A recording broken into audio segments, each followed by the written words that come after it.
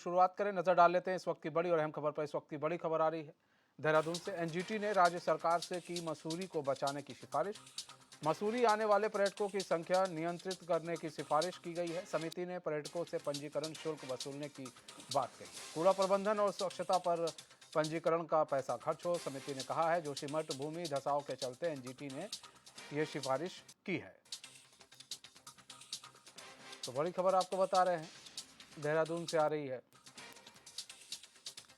NGT ने राज्य सरकार से की है मसूरी को बचाने की कोशिश। सिफारिश की गई है कि मसूरी आने वाले पर्यटकों की संख्या नियंत्रित करने की सिफारिश की गई है। समिति ने पर्यटकों से पंजीकरण शुल्क वसूलने की बात कही है। कूड़ा प्रबंधन और स्वच्छता पर पंजीकरण का पैसा खर्च हो, समिति ने कहा है। जोशीमठ भूमि धसाव के चलते एनजीटी ने यह सिफारिश की है।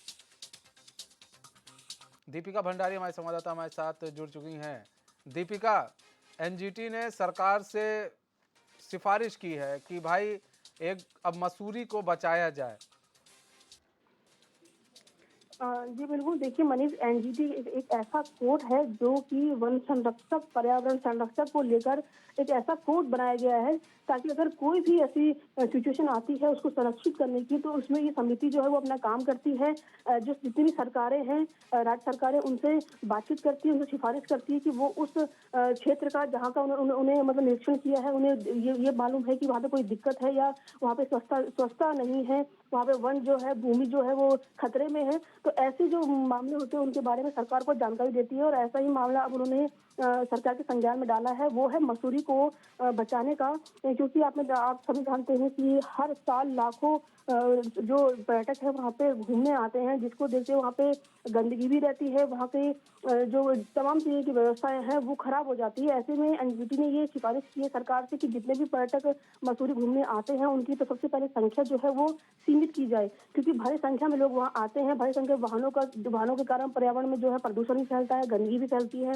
तो सबसे पहले तो मसूरी आने वाले पर्यटकों की संख्या नियंत्रित की जाए, उसके साथ उनसे पंजीकरण शुल्क वसूला जाए, ताकि जो पैसे पंजीकरण के तौर पे शुल्क वसूला जा रहा है उनका जो प्रयोग है वो स्वच्छता पे, कूड़ा प्रबंधन पर खर्च किया जा सके। इसीलिए अब उनसे जो है मसूरी आने वाले लोगों से शुल्क वसूलने का सिफारिश भी जो है वो उन्होंने की है। इसी के साथ ये मामला तब उठा जब उन्होंने जोशीमठ जो भूमि है वहाँ पे दरारें आई थी, उन्होंने वहाँ का निरीक्षण किया था, वहाँ की रिपोर्ट तैयार की थी। उस वक्त उन्हें ऐसा लगा कि मसूरी में भी जो है हर साल लाखों पर्यटक आते हैं, तो ऐसे में उसको बचाने के लिए भी अब जो है कवायद सरकार को करनी चाहिए, और इसीलिए उन्होंने उसकी सिफारिश भी की है। दीपिका, एक चीज और भी सामने कर आ रही है कि पर्यटकों की संख्या नियंत्रित की जाए, और दूसरी चीज ये कि पर्यटकों से अब जो वहाँ शुल्क वसूलने की जो है पंजीकरण शुल्क वसूलने की भी बात कही जा रही है। जी, बिल्कुल, देखिए मनीष, ये सभी जानते हैं कि हाँ, हर साल, चाहे वो बर्फबारी का जो वो हो, मौसम हो, या फिर बारिश का मौसम हो या गर्मी का मौसम हो, तीनों ही मौसम पर्यटक जो है वो भारी संख्या में यहाँ आते हैं। क्योंकि कहा जाता है कि बारिश हो रही है तो संख्या कम हो जाती है, लेकिन फिर भी जो लोग बाहर से घूमने आते हैं वो आते ही हैं। ऐसे में 12 महीने यहाँ पे जो है पर्यावरण पर खतरा बना रहता है, प्रदूषण फैलता है, वो फैलता है। और ये उन्होंने सिफारिश की कि उनसे पैसा वसूला जाए, शुल्क वसूला जाए, ताकि उसका इस्तेमाल जो है वो कूड़ा की सफाई में, स्वच्छता में और पर्यावरण में जितनी तमाम तरीके की व्यवस्था है उसको करने में लगाया जा सके। क्योंकि लोग बाहर से आते हैं और चले जाते हैं, लेकिन जो उस पर ध्यान देगा, जो क्षेत्र की जनता जो है वो लगातार शिकायतें भी करती आ रही है कि लोग यहाँ से आते हैं, गंदगी फैला के चले जाते हैं। ऐसे में सरकार की पूरी जिम्मेदारी बनती है कि वो यहाँ का ध्यान दे, क्योंकि मसूरी देश नहीं विदेशों में भी बहुत फेमस है, विदेशों से भी लोग यहाँ घूमने आते हैं। तो ऐसे में सरकार को इसको लेकर कदम उठाना चाहिए, ताकि आगे जो है जोशीमठ जैसे हालात ना बने, वाहनों के भारी दबाव के कारण कुछ ऐसा ना हो जैसे जोशीमठ में हालात बने हैं। तो जरूर इसमें पंजीकरण शुल्क लिया जाना चाहिए, लेकिन जैसे कि बात करें सीमित संख्या की, तो वो मुझे असंभव सी लगती है। क्योंकि लोग जो है जब वो उत्तराखंड प्रवेश करते हैं उनको पुलिस द्वारा अगर चेकिंग भी की जाती है, मना किया जाता है, तो वो लड़ने पे उतारू जाते हैं। ऐसे में पुलिस के लिए जो है मुसीबत खड़ी हो जाती है कि आखिर उनको संभाले कैसे।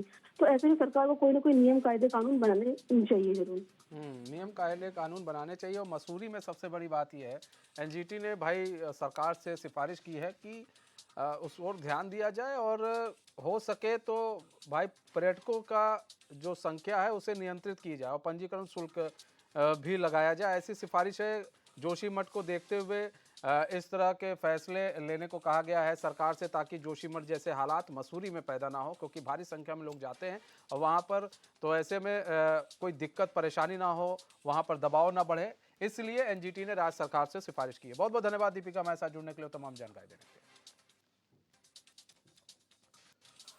इसी बीच एक और बड़ी खबर आ रही है उत्तरकाशी से। अपर मुख्य अधिकारी निदेशालय किए गए अटैच, शासन ने बिठाई जांच, जिला पंचायत सदस्य की शिकायत पर कार्रवाई। टिहरी अपर मुख्य अधिकारी को मिला है उत्तरकाशी का चार्ज।